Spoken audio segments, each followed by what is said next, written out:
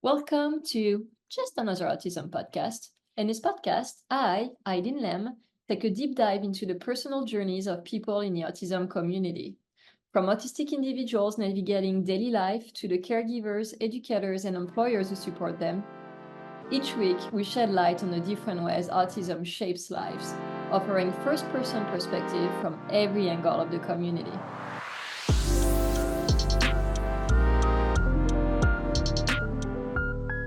Hi, my name is Allison Kelly, or Allie, am an autistic RBT, and I wanted to collaborate about possibly like getting ideas and such out to the community, uh, about maybe like how we can collaborate with ABA practitioners and have our voices heard in the field. Yeah. And you and I actually met at the ABAI conference in Las Vegas. So we connected. We both want the same thing to kind of like bridge that gap. Can you tell our listeners about your diagnosis journey? Or were you a child? Were you diagnosed as an adult? Like, what was it like? What do you remember? I'm actually a late diagnosed autistic. I didn't know, and my parents were very label avoidant, so they really fought with like the school and everything to m- make sure I didn't get a diagnosis. They were very afraid of the stigma that would come with any kind of label being put on me. They recognized I was different from my peers, but they didn't see that I was like if I was different enough to warrant a a label or anything like that or want any kind of stigma. I didn't realize any of that until my cousin was actually diagnosed. He when he was a kid, he's significantly younger than me.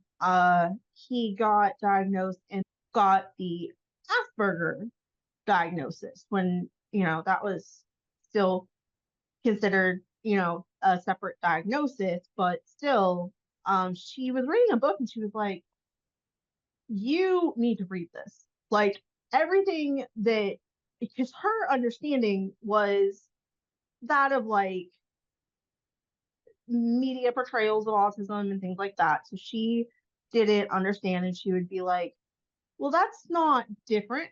Allie did that when she was little. Allie did that. Allie, read this book.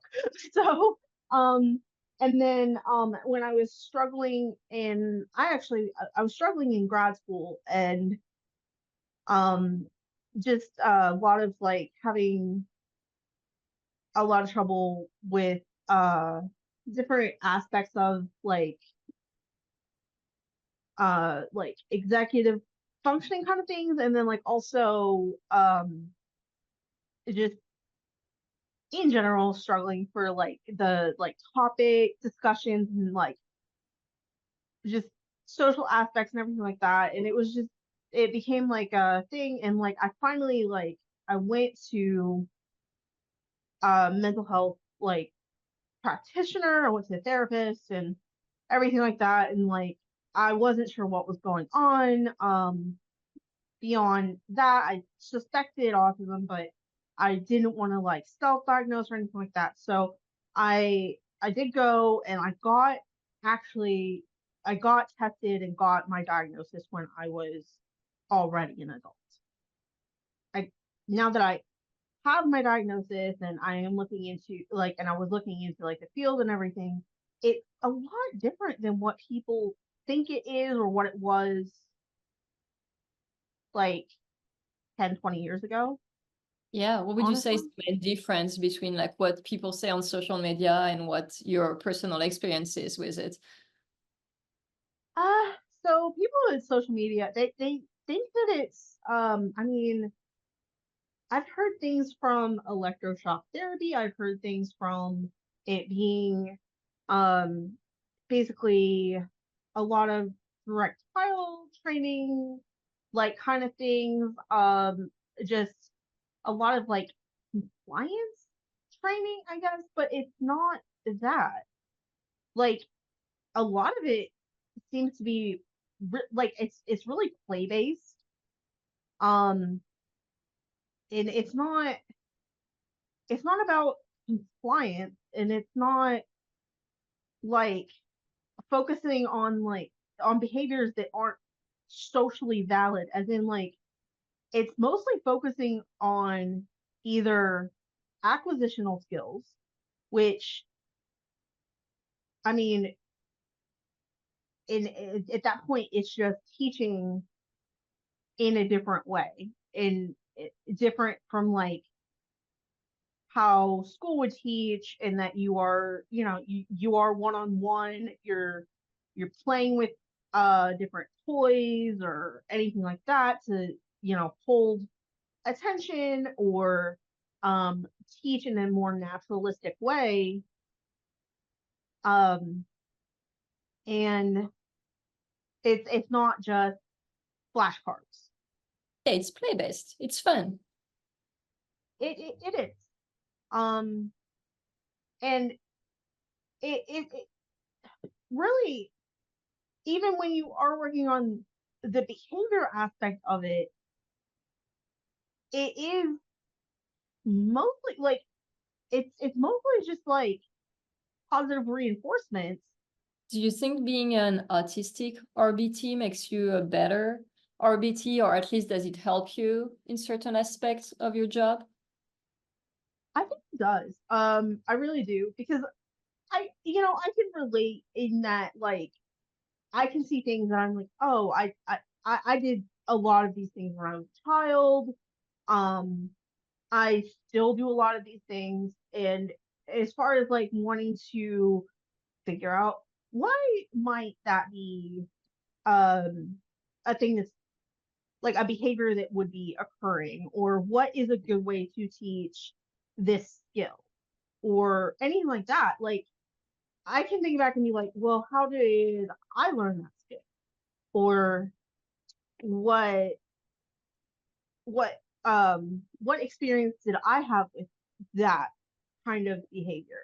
If any. I mean, not all autistic people are the same, and not all, like, I can't say like I've had every behavior that like my clients have had or anything like that, but when I see them and I recognize them, then I can know, like, how was that handled? How would I handle that differently than how that was handled if it was something I feel was like done incorrectly or something like that, like when I was a child, like, so I can say, okay, well, why was okay, like if like hair brushing is aversive, why is that an aversion that like may come up?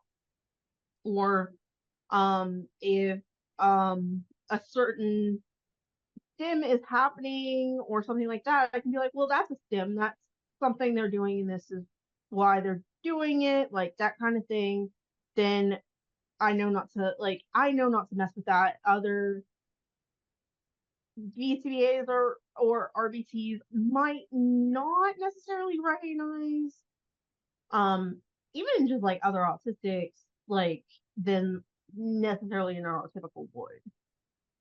Yeah, totally. I mean, I feel that, like, for instance, even though my son, Charlie, who's, nonverbal profound autism, like our challenges are very different.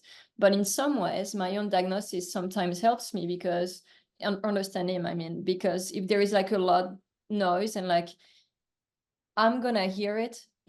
Even if other people don't hear a noise that might be like bothersome, I'm gonna hear it, and Charlie's gonna hear it, and I'm gonna be able to tell people, no, no, but listen, like, to that noise that you're not hearing. That's why he's covering his ears. That's why he's bothered. Yeah, Still gives me like little insight into like why certain things are like hard for him. yeah, no, I totally understand that. Like, especially like, example, one time. there was the light in the room was just buzzing, just barely buzzing. But it was really annoying to both me and the client, but like we didn't like other people didn't necessarily realize until I let them know, no, seriously, the light's buzzing, it's gotta stop. Like Yep. so yeah, I get that. Because you get like that kind of, oh, other people don't necessarily experience what we're experiencing. Do you tell people, like, do your clients and their parents, I guess, know that you're on the spectrum yourself? No, everyone at work knows, but I have not disclosed to my clients, or their parents. I don't know where that would go. I would love to say that they would be super open to that and um not think it was a blind leading the blind kind of situation. I don't know. Fair Is enough. that, Well, they know now after this episode goes live.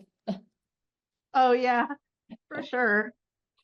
Yeah, do you think that there is a way to bridge that gap between people on, I mean, not just on social media, but there are people who are so against ABA and others like us who see the benefits and love it. Like, how do we come together?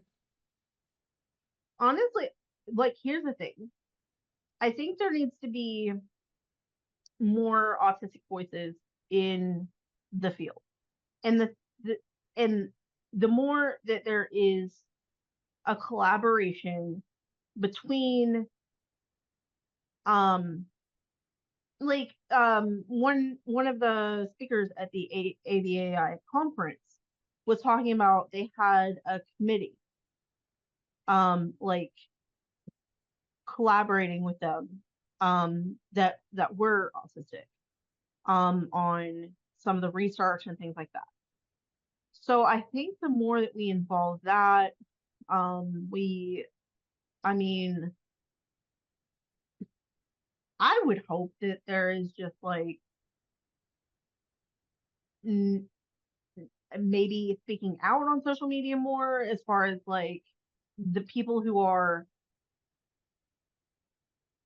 speaking for their experience, maybe their change experience, maybe um like people who are in the middle or not absolutely against it, or like people who are for it saying, yeah, no, this isn't so bad and things have changed a lot. Like I think those voices need to also be heard rather than just, a quick Google search of, uh, you know, I mean, things coming up like ADA is abuse and this is uh what it is like and it has always been like, and but it's not, because any field evolves. And I think practitioners being more vocal about how the field's evolving and what is being done to include autistic voices and what is being done as far as like the field itself evolving in like away from that like Skinnerian just absolute like training kind of method, but like it's but it being more play based and it being more naturalistic teaching and it being more just a different way of learning rather than compliance. Because we are not teaching masking. You're not teaching kids to pretend to be neurotypical or to comply with demands in the cog for capitalism. Like that, these are things that I've heard, and these are not Facts. things that are working, like, or that we're doing. Like that's not a thing. I know, and it's spreading and spreading on social media. The idea that ABA is to make autistic kids neurotypical, it drives me crazy because it's not at all what ABA is doing. I mean, I've seen in my life thousands and thousands of hours of ABA, and never have they taught Charlie to mask. And Charlie steams so much. He's constantly like moving and flapping his hands. And unless he's harming someone or, himself, they're not gonna prevent him from steaming. That's not what ABA is about. No, he's learning to communicate, and he's learning safety things and self-care. And I really hope that more and more people share about these things that ABA is actually able to teach rather than the negative. It's hard because people are in their own echo chamber, right? And I don't think they're willing yet to listen to other perspectives like yours or mine, unfortunately. Yeah, I get that a lot mostly because I get kicked out of groups on social media for being pro ABA, which I had like asked, like, I had told you about at the conference, because like I will say things about ABA, and like there are literally rules in half the social media groups that are for like on Facebook and things like that, and it'll be like groups that are safe spaces for autistics, and then even though I'm excluded a lot from those groups for being pro ABA. So I mean, I don't think that's exactly fair, because at that point, like, it just becomes what is it called, like, I don't remember the word, like where you're standing off of each other. Yeah, it's an echo chamber. I think that's the word you're looking for. Echo chamber. Yeah. Yeah, that's it. Okay. Yeah, that is the word I'm looking for. Yeah. Okay. Cool. Well, and Yes. it's not fair because then people are gonna say, well, there are no autistic people in favor of ABA that I know. And then you get one in a Facebook group and they kick you out. So of course, Yes, keep doing exactly. it drives me crazy. I'm sorry that happened to you. We should start an autistic Facebook group, autistic people in favor of ABA. Hey, actually, that's a terrific idea. Not to, but that's a good idea. Yeah. I'll do that.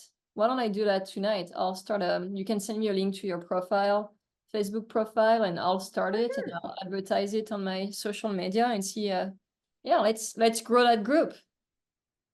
Let's do that. Yeah, that sounds awesome.